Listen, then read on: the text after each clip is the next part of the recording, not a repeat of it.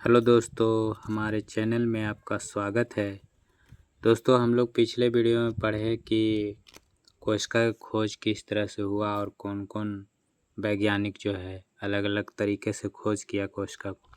तो आज हम लोग पढ़ेंगे कोशिका की आकृति एवं अमाप के बारे में कि कोशिका की आकृति कैसा होता है और उसका अमाप क्या होता है, उसके बारे में जानेंगे। तो चलिए स्टार्ट करते हैं वीडियो को।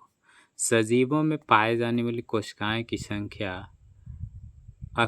आकृति एवं अमाप में भिन्नता होती है, यानी कि सजीव में जो कोशिका पाया जाता है उसकी संख्या पाया जाता है, उसके आकृति मतलब आकार और अमाप अलग अलग होते हैं। किसी जीव में केवल एक कोशिका हो सकती है जिसमें सभी जैव प्रक्रम एक ही कोशिका द्वारा संपादित होते हैं। कुछ अन्य जीवों में अनेक कोशिकाएं मिलकर विभिन्न प्रकार संपादित करती है, जैसे कि अमीबा, पैरामीशियम तथा जीवाणु जैसे जीवों का शरीर केवल एक कोशिका का बना होता है, इसलिए इन्हें एक कोशिकीय जीव कहते हैं। एक कोशिकीय जीव किन्हें कहेंगे? जिसका शरीर जो है केवल एक कोशिका से बना होगा। जिसका शरीर केवल एक कोशिका से बना होगा उसे क्या कहेंगे? उसे हम एक कोशिकीय जीव कहेंगे, जैसे अमीबा, पैरामीशियम और जीवाणु। अब आते हैं दूसरी ओर, वे जीव जिनमें अनेक कोशिकाएं होती है उसे बहुकोशिकीय जीव कहते हैं। बहुकोशिकीय जीव के शरीर में लाखों की संख्या में कोशिका होती है, यानी जिसका शरीर अनेक कोशिकाओं से बना होता है उसे बहुकोशिकीय जीव कहते हैं।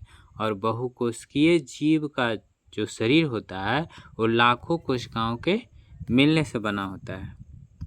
बहुकोशिकीय पौधे तथा जंतुओं में कोशिकाएं भिन्न आकृति की हो सकती है, माने बहुकोशिकीय जो पौधा होता है और जंतु होता है उसमें कोशिका अलग अलग आकृति में होती है। जैसे कोशिकाएं अधिकतर गोलाकार होते हैं। कोशिकाएं अधिकतर क्या होते हैं? गोलाकार होते हैं, परंतु उनकी आकृति में बहुत अधिक भिन्नता होती है। एक कोशिकाएं घनाकार या स्तंभाकार हो सकती है। कुछ जंतुओं कोशिकाएं लंबी तथा शाखान्वित होती है। अधिकतर कोशिकाएं अति सूक्ष्म होती है, जो समानतः किसी युक्ति के बिना आँखों द्वारा दिखाई नहीं देती है। मतलब कुछ कोशिकाएं इतना सूक्ष्म होता है, इतना छोटी होती है कि बिना आँखों द्वारा दिखाई नहीं देती है। मतलब हम लोग को आँख से नहीं देख सकते, इतना सूक्ष्म होता है कोशिका। कुछ सेंटीमीटर लंबी कोशिकाओं को भी केवल सूक्ष्मदर्शी की सहायता से देखा जा सकता है। कुछ ऐसे कोशिका होते हैं जिनको हम सूक्ष्मदर्शी से देख सकते हैं। सूक्ष्मतम कोशिका का आकार 0.1 माइक्रोन का होता है। याद रखना आपको कि सूक्ष्मतम कोशिका का आकार कितना होता है? 0.1 माइक्रोन का होता है, जिसे माइकोप्लाज्मा जीवाणु में पाई जाती है। जो किस में पाया जाएगा? माइकोप्लाज्मा जीवाणु पाया जाएगा। जंतुओं की पेशी कोशिका तथा जूट एवं सन जैसे पौधे के रेशे की कोशिकाएं कुछ सेंटीमीटर में लंबी होती है।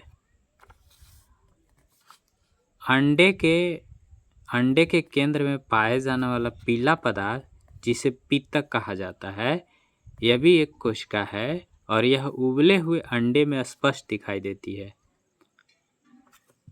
उबाला हुआ अंडा जो रहता है ना, उसमें पीला वाला जो भाग होता है उसमें भी कोशिका पाया जाता है। शुतुरमुर्ग के अंडे का माप 170 mm होता है, जो सर्वाधिक बड़ी कोशिकाओं का प्रतिनिधित्व करती है, जिसे बिना किसी युक्ति की सहायता से देखा जा सकता है। अब आइए कोशिका सिद्धांत के बारे में जानते हैं। कोशिका सिद्धांत क्या है? 1838 ईस्वी में जर्मन वनस्पति विज्ञान शास्त्री एमजे स्लाइडेन तथा 1839 ईस्वी में जर्मनी जंतु विज्ञान शास्त्री थियोडर स्वान ने मिलकर कोशिका सिद्धांत का प्रतिपादन किया।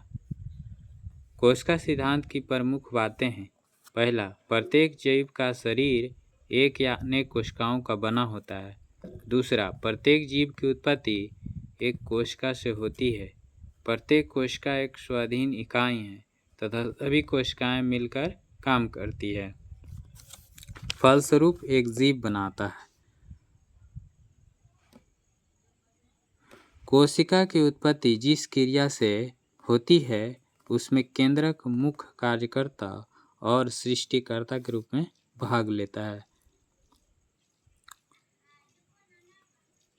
तो आई होप कि इतना सारी बात आपको समझ में आया होगा और अच्छा लगा होगा वीडियो। तो फिर हम अगले वीडियो में मिलते हैं।